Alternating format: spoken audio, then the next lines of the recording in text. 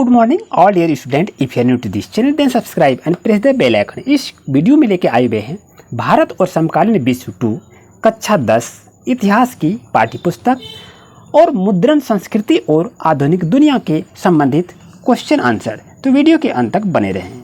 First question को देख रहे हैं आपके पास है कि निम्नलिखित के कारण दीजिए। ये पेज नंबर 128 है प्यारे बच्चों, याद रहे सामाजिक विज्ञान इतिहास से पेज नंबर 128 है। तो चलिए इसकी डिस्कस करते हैं। फर्स्ट क्वेश्चन है कि वुड ब्लॉक पिंटिया तख्ती की छपाई यूरोप में 1295 के बाद आए, तो इसका कारण दीजिए क्यों आए थे। तो आंसर देखिए, 1295 ईस्वी में मार्को पोलो नामक खोजी गई यात्री चीन में काफ़ी समय तक खोज करने के बाद इटली लौटा। चीन के पास वुड ब्लॉक प्रिंट तथा तख्ती की छपाई की तकनीक पहले से प्रचलित थी। मार्को पोलो ने यह जानकारी यूरोप वासियों को भी दे दी। और इसमें क्या कारण को लिखेंगे, तो इस तरह से आप अच्छी तरह से लिखने का प्रयास करें। नेक्स्ट क्वेश्चन को देखने आपका है कि मार्टिन लूथर मुद्रण के पक्ष में था और इसके खुलेआम प्रशंसा की, तो इसका आंसर को क्या लिखेंगे। डॉक्टर मार्टिन लूथर, इसमें हाँ लिखेंगे। हाँ, मार्टिन लूथर मुद्रण के पक्ष में था और वह उसकी खुलेआम प्रशंसा करता था, क्योंकि उसने अपने प्रोटेस्टेंट विचारों के प्रकाशन से मार्टिन लूथर ने रोमन कैथोलिक चर्च की कुरीतियों की आलोचना की थी तथा उन्हें चुनौती भी दी थी। जब उसने न्यू टेस्टामेंट का अनुवाद किया तो कुछ ही दिनों में उसकी आय 5000 प्रतियां बिक गई और 3 महीने के अंदर दूसरा संस्करण भी निकालना पड़ा। इसलिए यह प्रिंट तकनीक के पक्ष में था और इसकी सार्वजनिक रूप से प्रशंसा भी करता था। अब ये चलते हैं क्वेश्चन नंबर नेक्स्ट पर कि कहता है कि रोमन कैथोलिक चर्च ने 16वीं सदी के मध्य से प्रतिबंधित किताबों की सूची रखनी शुरू कर दी। क्यों, कारण देखिए। तो इसका कारण को भी लिखेंगे। रोमन कैथोलिक चर्च ने 16वीं सदी के मध्य से प्रतिबंधित किताबों की सूची रखनी शुरू कर दी थी, क्योंकि 16वीं शताब्दी के मध्य से रोमन कैथोलिक चर्च को अनेकों मतभेदों का सामना करना पड़ा। लोगों ने ईश्वर और उसकी रचना की अपने पसंद की व्याख्या की, इसलिए चर्च ने ऐसी ही पुस्तकों पर रोक लगा दी और 1858 ईस्वी से इसकी सूची जारी रखने लगी। नेक्स्ट क्वेश्चन को देख रहे हैं कि महात्मा गांधी ने कहा कि स्वराज की लड़ाई दरअसल अभिव्यक्ति, प्रेस और सामूहिकता के लिए लड़ाई जाती है, तो कारण लिखिए क्यों। तो आंसर लिखेंगे, गांधी जी के अनुसार गांधी जी का मानना है कि भाषण की स्वतंत्रता, बोलने की स्वतंत्रता, प्रेस तथा संगठन आदि बनाने की आज़ादी जनता के विचारों को परिष्कृत करने के सबसे शक्तिशाली संदेशवाहक हैं। अतः उन्होंने कहा कि स्वराज की लड़ाई विचार, अभिव्यक्ति की स्वतंत्रता और प्रेस और संगठन आदि बनाने की लड़ाई थी। संख्या 2 को देख रहे हैं। छोटी टिप्पणी के बारे में इन्हें बताना है। तो क्या है गुटेनबर्ग प्रेस, इसके बारे में लिखेंगे। यह जैतून प्रेस का एक मॉडल था। गुटेनबर्ग के पिता व्यापारी थे। वह खेती की रियासत में पल बढ़कर बड़ा हुआ। वह बचपन से ही तेल और जैतून पेरने की मशीनें देखता हुआ आया था। बाद में उन्हें क्या किया, पत्थर पर पॉलिश करने की कला को सीखा। फिर सुनारी और अंत में उसने शीशे की इच्छित आकृतियों को गढ़ने में महारत हासिल कर ली और अपने ज्ञान और अनुभव का इस्तेमाल उसने अपने नए आविष्कार पर भी किया। तो जैतून प्रेस ही प्रिंटिंग प्रेस का मॉडल था और यह आदर्श बना। और सांचे का उपयोग अक्षरों की धातुई आकृतियों को गढ़ने के लिए भी किया गया था। इस तरह से बच्चों आप लिखने का प्रयास करेंगे। अब ख नंबर आपका है, छपी किताब को लेकर इरेनस्पस के क्या विचार थे, तो विचार लिखिए। तो लिख लीजिए इस तरह से, लैटिन के विद्वान और कैथोलिक धर्म सुधारक प्रिंट को लेकर बहुत आशान्वित हुआ और उसने कैथोलिक चर्च की कमियों का उल्लेख किया और मार्टिन लूथर से भी दूर रहा। उसने एडेडेज से लिखा, 1508 में लिखा किताबें कि भिन्न भिन्न भिन्नताएं मक्खियाँ हैं, जैसी जैसी बात कहा गया और दुनिया के प्रत्येक कोने में वो पहुंच जाती है और वो हो सकता है कहीं एकाएक जाने योग्य बातें भी बताई हो, लेकिन इनका अधिकतर हिस्सा विद्वानों के लिए हानिकारक ही था।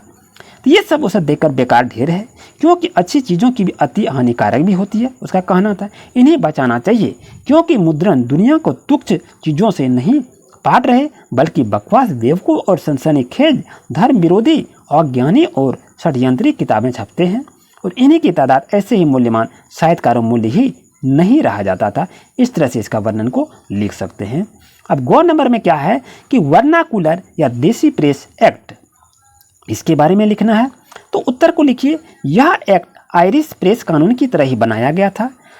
इसमें सरकार को भाषाई प्रेस में छपी रपट और संपादकीय को सेंसर करने का पूरा अधिकार मिल गया था। और यदि किसी रपट को गलत कह दिया जाता था तो वो अखबार को पहले ही चेतावनी दे दी जाती थी, और यदि इस चेतावनी की ओर ध्यान नहीं दिया जाता था तो अखबार को जब्त कर लिया जाता था और छपाई मशीनें भी छीन ली जाती थी। तो इस तरह से इसका लिख सकते हैं। और 4 नंबर लिख सकते हैं, वर्नाकुलर प्रेस एक्ट को 1878 में भी पारित किया गया था। अब चलते हैं क्वेश्चन नंबर 3 पर। 19वीं सदी में भारत में मुद्रण संस्कृति के प्रसार का इनके लिए क्या मतलब है? तो आंसर लिखेंगे महिलाएं, और ख में है गरीब जनता, सुधारक हैं। तो इसके बारे में आपको लिखना है इसका क्या अर्थ है। तो चलिए लिखते हैं इसका आंसर को। 19वीं सदी में भारत में मुद्रण संस्कृति के प्रसार ने लगभग सभी क्षेत्रों में बदलाव किए। जैसे महिलाएं, गरीब जनता और समाज सुधारक, कोई भी इन बदलावों को भी अछूता नहीं रहा गया था। महिला के बारे में लिखेंगे 19वीं शताब्दी में भारत में फैली मुद्रण संस्कृति का भारतीय महिलाओं को भी लाभ पहुंचा, और उदारवादी परिवारों ने महिलाओं की शिक्षा का समर्थन किया, वही रूढ़िवादी परिवारों ने इसका विरोध किया। अधिकतर बागी महिलाओं ने चोरी छिपे पढ़ना आरंभ कर दिया और बाद में अपनी जीवन कथा को आत्मकथाओं के रूप में लिखा और उन्हें प्रकाशित करवाया, जैसे रस सुंदरी देवी द्वारा रचित आभार जीवन, ये सब भी किया गया है। इस तरह से बच्चों आप लिखने का प्रयास करेंगे। अब चलते हैं नेक्स्ट पर। गरीब जनता क्या है? गरीब लोग ने अंबेडकर और पेशियार को पढ़ा और उनके विचारों से अवगत हुए। गरीब लोगों के जीवन की व्यथा कथा को 19वीं सदी के दौरान कई उपन्यासों को दर्शाया गया, और सस्ती पुस्तकों के प्रकाशन से गरीब पाठकों की संख्या में वृद्धि हुई। जो लोग वुड ब्लॉग बनाते थे उन्हें छाप खाने में नौकरी मिलने लगी थी, और मद्रास के शहरों में 19वीं सदी में सस्ती और छोटी किताबें आ चुकी थी, और इन सभी किताबों को चौराहे पर बेचा जाता था, और गरीब लोग भी इस पुस्तक को खरीद सके और उसे पढ़ सके, इसके बारे में दिया था। और पुस्तकालय की भी स्थापना हुई थी, जिसके कारण लोगों को किताबों को पहुँच बढ़ने लगी थी। इस तरह से आप आंसर को लिख सकते हैं।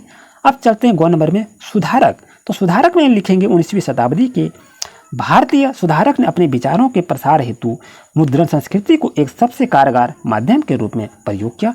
इस तरह से आप इसे लिख सकते हैं। उम्मीद है आपको अच्छी तरह समझ में आ गया होगा, कहीं भी कोई प्रॉब्लम नहीं होनी चाहिए।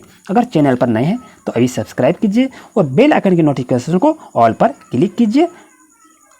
अब देख रहे हैं पेज नंबर 128 का चर्चा करें। तो ये आपकी बुक में भी लिखा हुआ है, चर्चा करें। और इसका क्वेश्चन नंबर यहाँ देख रहे हैं, आपका यहाँ 4 है, यहाँ बुक में आपका 1 नंबर में है।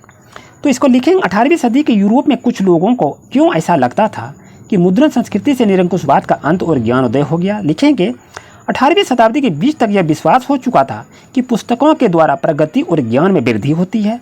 अनेक लोगों का विचार था कि पुस्तकें विचार बदल सकती है, कि वो निरंकुशवाद और आतंकी राज सत्ता से समाज को मुक्ति दिलाकर विकास और बुद्धि का राज लाएंगे।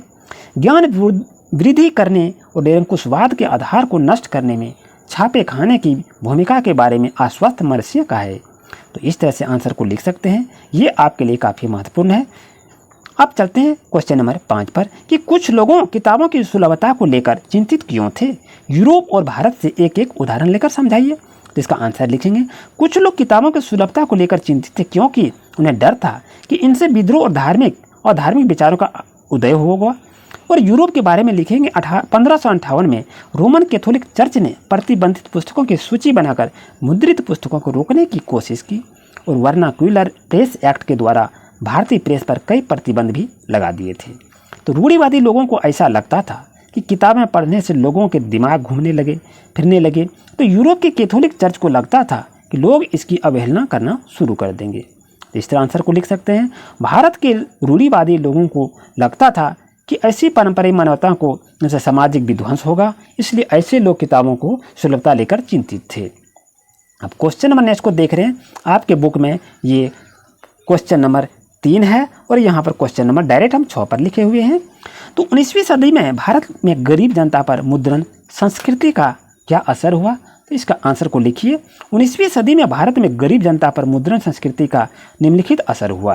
तो क्या लिखेंगे, अनेक लोगों को छापे खाने में नौकरी मिली, सस्ती मुद्रण सामग्री मिलने के कारण उन्हें समाचार मिलने लगा, भाषाई प्रेस ने गरीब लोगों के मन में राष्ट्रवादी भावनाओं का विकास किया, और गरीब लोग राष्ट्रवादी आंदोलन से जुड़ने लगे, और मुद्रण संस्कृति द्वारा गरीबों में नशाखोरी, अशिक्षा आदि सामाजिक बुराइयों के विरुद्ध जागरूकता अभियान शुरू कर दिया गया। 6 लिख लीजिए, मद्रास के शहरों में 19वीं सदी में सस्ती और छोटी किताबें आ चुकी थी, और इन किताबों को चौराहे पर बेचा जाता था ताकि गरीब लोग भी पुस्तकों का लाभ उठा सके। इस तरह से आप आंसर को लिख सकते हैं। क्वेश्चन नंबर नेक्स्ट है, मुद्रण संस्कृति ने भारत में राष्ट्रवाद के विकास में क्या मदद किया? तो आंसर को लिखेंगे, मुद्रण संस्कृति ने भारत में राष्ट्रवाद के विकास में निम्नलिखित मदद की। पहला लिखिए, सरकारी गलत नियमों, प्रेस की स्वतंत्रता, राष्ट्रवादी भावनाओं को रोकने आदि के प्रति उठाए गए उसके दमनकारी कदमों की जानकारी पत्र पत्रिकाओं में छापी जाती थी। दूसरा लिखेंगे, भाषाई समाचार, और इसमें लिखेंगे मुद्रण संस्कृति द्वारा क्रांतिकारी विचार फैलाए जाते थे। इस तरह से आप बच्चों लिखने का प्रयास करेंगे। ये सभी क्वेश्चन आपके लिए महत्वपूर्ण था। अगर आप हमारे चैनल पर नए हैं तो अभी सब्सक्राइब कीजिए और बेल आइकन की नोटिफिकेशन को ऑल पर क्लिक कीजिए और वीडियो को शेयर जरूर कीजिए। मिलते हैं न्यू क्लास में। Thank you.